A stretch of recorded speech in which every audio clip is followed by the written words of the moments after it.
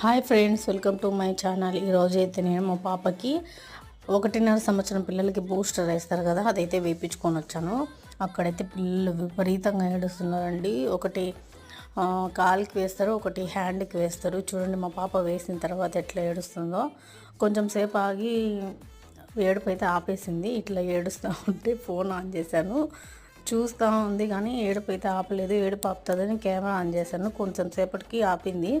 ఆమె మళ్ళీ ఇంజెక్షన్స్ వేయించినాక బాగా ఆడుకుంటూ సిరప్స్ ఇచ్చింటే సిరప్స్ తీసుకొని చూడండి ఎలా నడుస్తుందో, మీరే చూడండి. కానీ గట్టిది, ఏడ్చదు ఎక్కువసేపు. అందరైతే చాలాసేపు ఏడ్చినారు. ఈ పాప అయితే ఏడవలేదండి.